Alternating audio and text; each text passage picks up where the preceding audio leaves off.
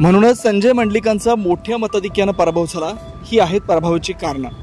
कोल्हापूर लोकसभा निवडणुकीत श्रीमंत शाहू छत्रपती महाराजांनी महायुतीचे उमेदवार संजय मंडलिक यांना धोबीपछाड देत तब्बल 1,54,000 मतांनी पराभव केला।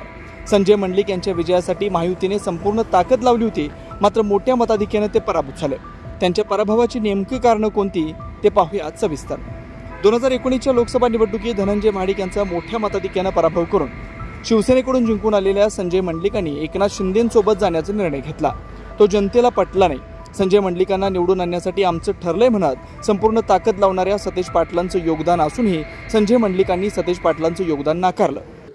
खरं तर 2019ला आमचं ठरलंय म्हणून सतेज पाटील यांनी तुमच्या बाजूनं तुमच्या मागणं खूप मोठी यंत्रणा लावलेली होती। आता मात्र तुमच्या विरोधात ते असणार आहेत। एकूणच विजय सोपा होईल असं वाटतं? फक्त एखाद्या लोकप्रिय घोषणेनं कोण उमेदवार यशस्वी होत नाही। जय जवान जय किसान पासून गरिबी हटावपर्यंत नारे आपण बघितलेले आहेत। प्रत्यक्षामध्ये त्यामध्ये कृती केल्यानंतर हे स्लोगन सगळे यशस्वी होतात। यावेळी कुठल्या स्लोगनपेक्षा जनतेनं आता ठरवलेलंच आहे की संजय मंडलिकला विजयी करायचं।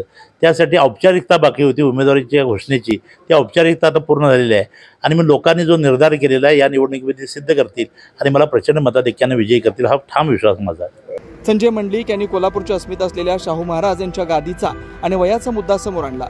तो जनतेला अजिबात पटला नाही। उलट जितकी जास्त शाहू महाराजांवर त्यांनी टीका केली त्याचा उलट फायदा शाहू महाराजांना झाल्याचं पाहायला मिळालं। गेल्या 5 वर्षात मतदारसंघात संजय मंडलिकांनी संपर्क ठेवला नाही, त्यामुळे त्यांच्यावर नॉट रिचेबल खासदार असा ठपका पडला आणि सुरुवातीपासूनच त्यांच्या उमेदवारीबद्दल नाराजी होती। सर्वात महत्त्वाचं कारण म्हणजे संजय मंडलिक यांच्या उमेदवारीला महायुतीने केलेला उशीर। तर दुसऱ्या बाजूला महाविकास आघाडीचे उमेदवार शाहू छत्रपती महाराज यांची 15 दिवस आधी उमेदवारी जाहीर झाल्यानं महाराजांनी प्रचारात बाजी मारली।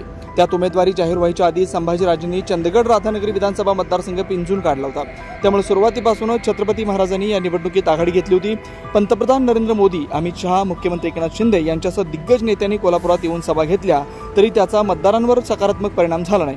तुम्हाला या संदर्भात काय वाटतं कमेंट करून नक्की सांगा आणि व्हिडिओ शेअर करायला विसरू नका।